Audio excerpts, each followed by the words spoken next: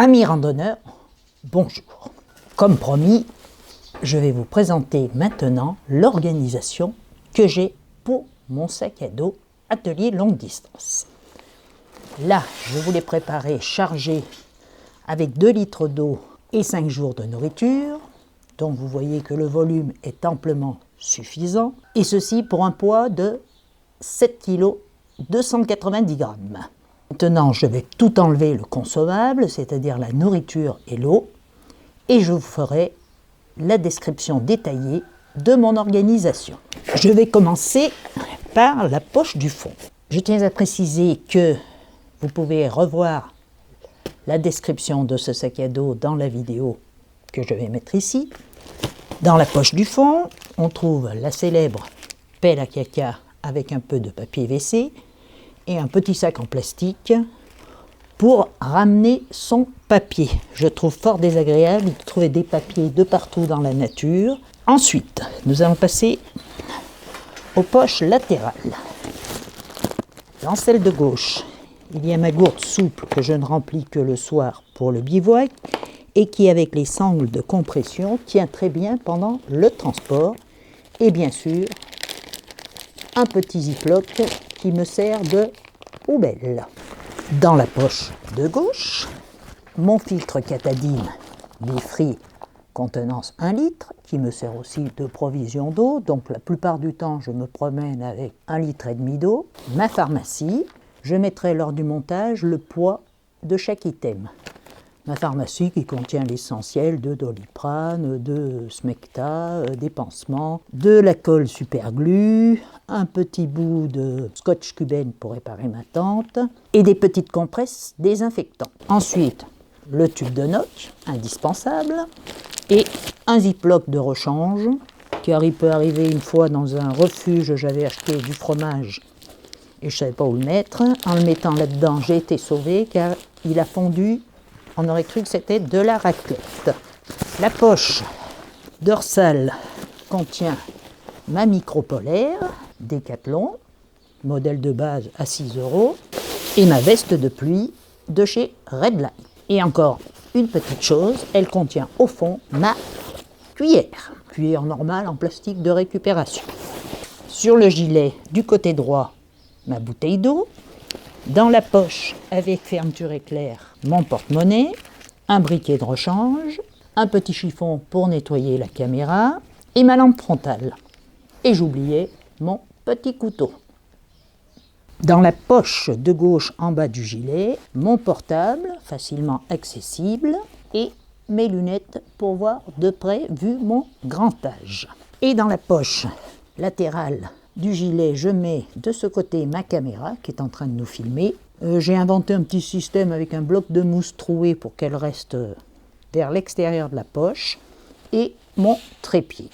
Il reste suffisamment de place sur les côtés, vous voyez, pour mettre des barres de céréales. Je peux mettre des barres de céréales là-dedans et tout est à portée de main pendant la journée. Nous allons maintenant passer à l'intérieur du sac. Pour l'intérieur du sac, je vais ouvrir. Je m'organise comme ceci. J'ai doublé l'intérieur par un sac en Iloflume. Au-dessus, il y a mon sac à bouffe, qui est un sac 6-12 Summit assez solide. Ma trousse à toilette. En dessous, vous allez trouver ma tente, qui fait partie des premières choses qu'il faut avoir à portée de main s'il se met à pleuvoir. Ma doudoune synthétique à portée de main aussi. Ensuite, mon sac de vêtements de rechange, qui est un sac en filet, ce qui me permet de m'en servir comme oreiller la nuit et que c'est bien plus confortable qu'un sac comme ceci que j'utilisais avant. Alors, je vais détailler mes vêtements de rechange ou mes vêtements de nuit, un collant Damar, très chaud et très léger, une petite culotte de rechange Pocket de Dîmes, une paire de chaussettes Xox pour la nuit, une paire de moufles, de gants et de surmoufles Kraft, chaudes et légères, un t-shirt de rechange et un bandeau de ski de fond qui me sert de bonnet. Et en dernier, bien sûr, un bœuf. Donc la nuit, je mets tous mes vêtements de jour dans ce sac, plus la doudoune si je n'en ai pas besoin pour dormir, plus la veste de pluie, etc.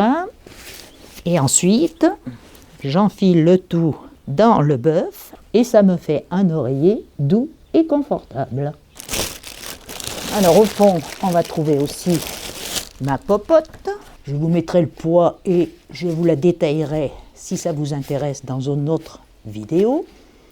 J'utilise un réchaud à alcool et je n'utilise pas, quand je suis toute seule, un réchaud à gaz.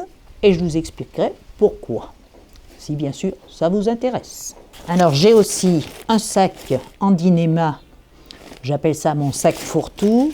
Dedans je mets mon électronique, ma powerbank, mes câbles, une paire de lunettes de vue de près, car une fois je les ai cassées et après j'étais obligée de demander des lunettes pour lire les cartes, des mouchoirs en papier, des lingettes, un riselant avec 4 épingles de sûreté, 2-3 élastiques, car quand vous avez entamé un paquet de quelque chose et qui se renverse dans votre sac à dos, une batterie de rechange pour la caméra, etc.